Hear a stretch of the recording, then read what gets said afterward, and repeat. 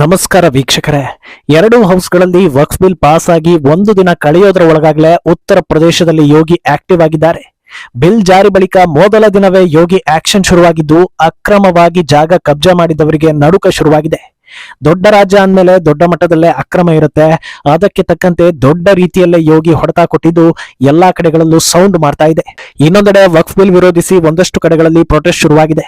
Bill ಬೆಂಬಲಿಸಿದ್ದಕ್ಕೆ Muslim ಸಮುದಾಯದವರ ಮೇಲೆ ದುಷ್ಕರ್ಮಿಗಳು ಹಲ್ಲೆ ಮಾಡಿದ್ದಾರೆ. ಪ್ರತಿಭಟನೆಗಳ ಬಗ್ಗೆ ಎಲ್ಲರಿಗೂ ನಿರೀಕ್ಷೆ ಇತ್ತು. ಆದರೆ ಈ ಬಾರಿ ದೊಡ್ಡ ಮಟ್ಟದಲ್ಲಿ ಪ್ರೊಟೆಸ್ಟ್ ಮಾಡೋದಕ್ಕೆ ಚಾನ್ಸೇ ಇಲ್ಲ ಅನ್ನೋ ವಾತಾವರಣ ಕ್ರಿಯೇಟ್ ಆಗಿದೆ. ಇತ್ತ ಲೋಕಸಭೆಯಲ್ಲಿ ಮತ್ತೆ ಓಲೈಕೆ ಮಾಡೋದಕ್ಕೆ ಹೋದ ಕಾಂಗ್ರೆಸ್ ವರಿಷ್ಠೆ ಸೋನಿಯಾ ಗಾಂಧಿಗೆ ಸ್ಪೀಕರ್ ಕ್ಲಾಸ್ ತೆಗೆದುಕೊಂಡಿದ್ದಾರೆ. ಇದೆಲ್ಲವನ್ನ ಒನ್ ಬೈ ಒನ್ ವಿವರಿಸ್ತಾ ಹೋಗ್ತೀವಿ. ಈ ವಿಡಿಯೋವನ್ನ ತಪ್ಪದೆ ಕೊನೆ ತನಕ ನೋಡಿ. ಅದಕ್ಕೂ ಮುನ್ನ ಮೀಡಿಯಾ ಮಾನ್ಸ್ಟರ್ ಚಾನಲ್ ಅನ್ನ ತಪ್ಪದೆ ಸಬ್ಸ್ಕ್ರೈಬ್ ಮಾಡಿ. ಎಸ್, ದೇಶದಲ್ಲಿ ಕ್ರಾಂತಿ ಯಾವ ರಾಜ್ಯದಲ್ಲಿ ಆಗ್ತಾ ಇದೆ ಅಂದ್ರೆ ಮೊದಲು ಎಲ್ಲರ ಬಾಯಲ್ಲಿ ಬರೋದು ಉತ್ತರ ಪ್ರದೇಶದ ಹೆಸರು. ಬುಲ್ಡೋಸರ್ಗೆ ಕೇರ್ ಆಫ್ ಅಡ್ರೆಸ್ ಆಗಿರೋ ಯೋಗಿಯನ್ನ ನೋಡಿ ಬಿಜೆಪಿ ಆಡಳಿತ ಇರೋ ಒಂದೊಂದೇ ರಾಜ್ಯಗಳ ಸಿಎಂಗಳು ಬದಲಾಗ್ತಾ ಇದ್ದಾರೆ. ಅದೇ ದಾರಿಯಲ್ಲಿ ಮುನ್ನುಗ್ಗಿ ಸುದ್ದಿ ಆಗ್ತಾ ಇದ್ದಾರೆ. ಈಗ ಕೇಂದ್ರ ಸರ್ಕಾರದ ಬಹು ನಿರೀಕ್ಷಿತ ವಕ್ಫ್ ಬಿಲ್ ಯಾವ ಅಡೆತಡೆ ಇಲ್ಲದೆ ಲೋಕಸಭೆ ಹಾಗೂ ರಾಜ್ಯಸಭೆಯಲ್ಲಿ ಪಾಸ್ ಆಗಿದೆ.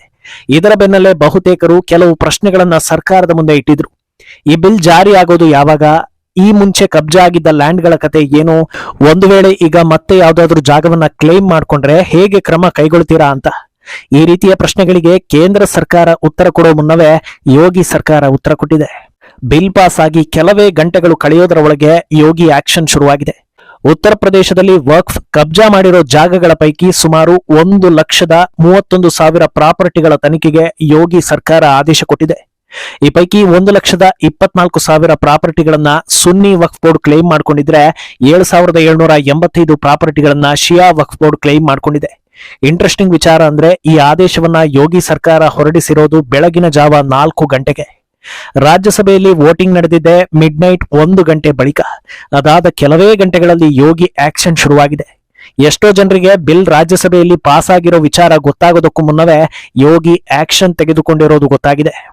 ಆದೇಶದ ಬೆನ್ನಲ್ಲೇ ಎಲ್ಲಾ ಸ್ಥಳೀಯ ಆಡಳಿತ ಮ್ಯಾಜಿಸ್ಟ್ರೇಟ್ಗಳಿಗೆ ಯೋಗಿ ಖಡಕ್ ಆದೇಶವನ್ನ ಕೊಟ್ಟಿದ್ದು, ಕೂಲಂಕುಷವಾಗಿ ತನಿಖೆ ನಡೆಸಿ ಅಕ್ರಮ ಅಂತ ಗೊತ್ತಾದ್ರೆ ಮುಲಾಜಿಲ್ಲದೆ ಕ್ರಮ ಕೈಗೊಳ್ಳೋದಕ್ಕೆ ಸೂಚನೆ ಕೊಟ್ಟಿದ್ದಾರೆ.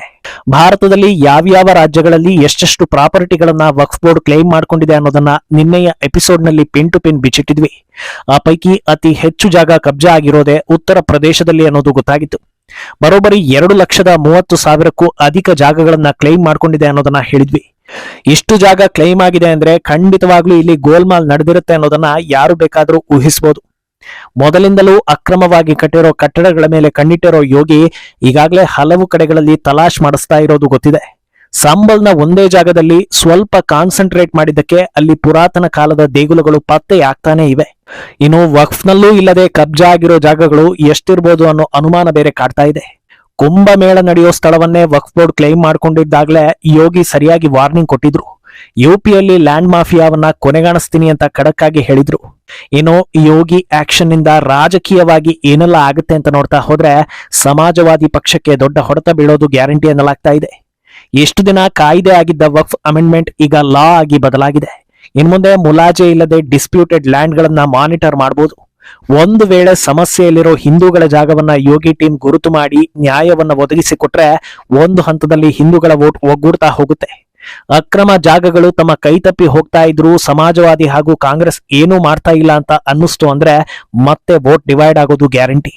ಅದರಿಂದ ಈ ಬಿಲ್ ಮುಂದಿನ ಎಲೆಕ್ಷನ್ ನಲ್ಲಿ ಉತ್ತರ ಪ್ರದೇಶದಲ್ಲಿ ಬಿಜೆಪಿಗೆ ಬೂಸ್ಟ್ ಕೊಡೋದು ಗ್ಯಾರಂಟಿ ಅನ್ನೋ ಲೆಕ್ಕಕ್ಕೆ ಬರಲಾಗಿದೆ.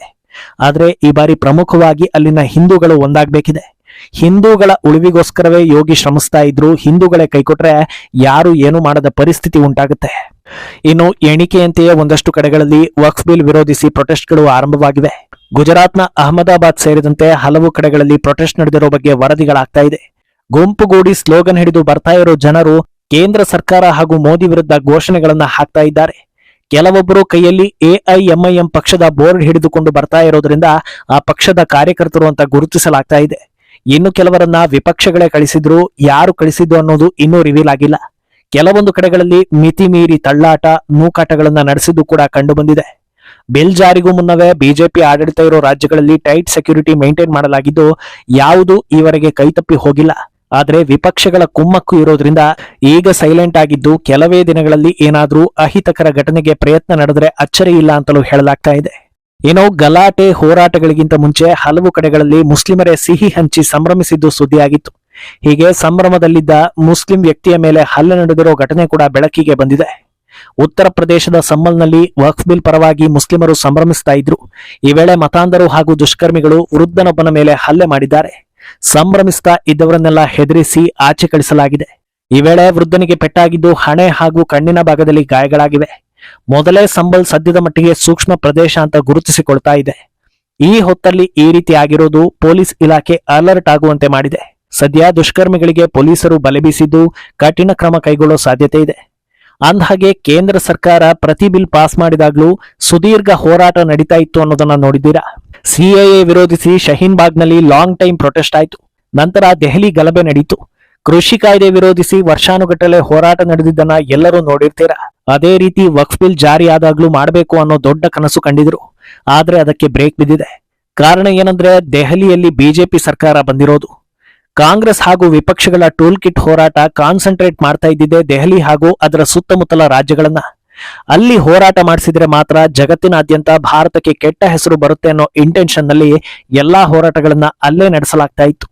ಆದ್ರೆ ಈ ಬಾರಿ ಅದಕ್ಕೆ ಚಾನ್ಸೇ ಇಲ್ಲ. ಇತ್ತ ಹರಿಯಾಣದಲ್ಲೂ ಬಿಜೆಪಿ ಸರ್ಕಾರ ಇರೋದ್ರಿಂದ ಅಲ್ಲೂ ಕೂಡ ಏನೂ ಮಾಡೋದಕ್ಕಾಗೋದಿಲ್ಲ. ಇನ್ನು ಪಂಜಾಬ್ ಕಡೆ ನೋಡಿದ್ರೆ ದೆಹಲಿಯಲ್ಲಿ ಸೋತು ಸುಣ್ಣ ಆಗಿರೋ ಆಮ್ ಆದ್ಮಿ ಅಜೆಂಡಾಗಳಿಗೆ ಸಣ್ಣ ಬ್ರೇಕ್ ಕೊಟ್ಟಿದೆ. ಇದೇ ಕಾರಣಕ್ಕಾಗಿ ಇತ್ತೀಚೆಗೆ ಎಲ್ಲರೂ ಅಚ್ಚರಿಗೊಳ್ಳೋ ಹಾಗೆ ನಕಲಿ ಹೋರಾಟಗಾರರ ಮೇಲೆ ಆಕ್ಷನ್ ತೆಗೆದುಕೊಂಡಿದ್ದು. ಏನೋ ದೊಡ್ಡ ಹೋರಾಟ ಮಾಡೋದಕ್ಕೆ ಆಪ್ಷನ್ ಎಲ್ಲಿದೆ? ಬಿಜೆಪಿ ಆಡಳಿತ ಇರೋ ರಾಜ್ಯಗಳಲ್ಲಿ ಪ್ರೊಟೆಸ್ಟ್ ಆಗೋದಕ್ಕೆ ಖಂಡಿತ ಬಿಡೋದಿಲ್ಲ. ಆದ್ರಿಂದ ಬಿಜೆಪಿ ಏತರ ರಾಜ್ಯಗಳಲ್ಲಿ ಏನಾದ್ರೂ ವಿಧ್ವಂಸಕ ಕೃತ್ಯ ನಡೆಸೋದಕ್ಕೆ ಪ್ಲಾನ್ ಆಗಿರ್ಬೋದು ಅನ್ನೋ ಸುದ್ದಿಗಳು ಕೂಡ ಹರಿದಾಡ್ತಾ ಇವೆ. ಏನೋ ಇತ್ತ ಸಂಸತ್ನಲ್ಲಿ ಇಂದು ಕೂಡ ವಕ್ಫ್ ಕುರಿತು ಚರ್ಚೆಗಳು ಮುಂದುವರೆದಿತ್ತು. ಈ ವೇಳೆ ಸೋನಿಯಾ ಗಾಂಧಿ ಓಲೈಕೆ ಮಾಡೋದಕ್ಕೆ ಹೋಗಿ ಎಡವಟ್ಟು ಮಾಡಿಕೊಂಡಿದ್ದಾರೆ. ವಕ್ಫ್ ಬಿಲ್ ಅನ್ನ ಒತ್ತಾಯಪೂರ್ವಕವಾಗಿ ಪಾಸ್ ಮಾಡಲಾಗಿದೆ ಅಂತ ಹೇಳಿದ ಸೋನಿಯಾಗೆ ತಿರುಗೇಟು ಕೊಟ್ಟ ಸ್ಪೀಕರ್ ಓಂ ಬಿರ್ಲಾ, ಈ ರೀತಿ ಅಸಂಬದ್ಧ ಹೇಳಿಕೆಗಳನ್ನ ನೀಡಬೇಡಿ. ವಕ್ಫ್ ಬಿಲ್ ಜಾರಿಗೂ ಮುನ್ನ ಬರೋಬ್ಬರಿ 13 ಗಂಟೆ 53 ನಿಮಿಷಗಳ ಕಾಲ ಚರ್ಚೆ ನಡೆದಿದೆ. ವಿವಿಧ ಪಕ್ಷಗಳ 64 ಲೋಕಸಭಾ ಸದಸ್ಯರು ತಮ್ಮ ಅಭಿಪ್ರಾಯವನ್ನ ಹೊರ ಹಾಕಿದ್ದಾರೆ. ಇಷ್ಟಾದ್ಮೇಲೂ ನೀವು ಈ ರೀತಿ ಹೇಳ್ತಾ ಇದ್ದೀರಾ, ನಿಮ್ಮಿಂದ ಇದನ್ನ ನಿರೀಕ್ಷೆ ಮಾಡಿರಲಿಲ್ಲ ಅಂತ ಹೇಳಿದ್ದಾರೆ. ಇದು ಕಾಂಗ್ರೆಸ್ ವರಿಷ್ಠಗೆ ಮುಖಭಂಗವನ್ನ ತರಿಸ್ತಾ ಇದೆ. ಒಟ್ನಲ್ಲಿ ಯೋಗಿಯ ಹೈ ಸ್ಪೀಡ್ ಆಕ್ಷನ್ಗೆ ಇಡೀ ದೇಶವೇ ಸ್ಟನ್ ಆಗಿದೆ. ಅಕ್ರಮ ಜಾಗಗಳನ್ನ ಯೋಗಿ ಸರ್ಕಾರ ಹೇಗೆ ಹಿಂಪಡೆಯುತ್ತೆ ಅನ್ನೋದನ್ನ ನೋಡೋದಕ್ಕೆ ಜನರು ಬೆರಗುಗಣ್ಣಿನಿಂದ ಕಾಯ್ತಾ ಇದ್ದಾರೆ. ಮುಂದೇನಾಗುತ್ತೆ ಅನ್ನೋದನ್ನ ಕಾದು ನೋಡ್ಬೇಕು. ಈ ಬಗ್ಗೆ ನಿಮ್ಮ ಅಭಿಪ್ರಾಯವನ್ನ ತಪ್ಪದೆ ಕಾಮೆಂಟ್ ಮೂಲಕ ತಿಳಿಸಿ.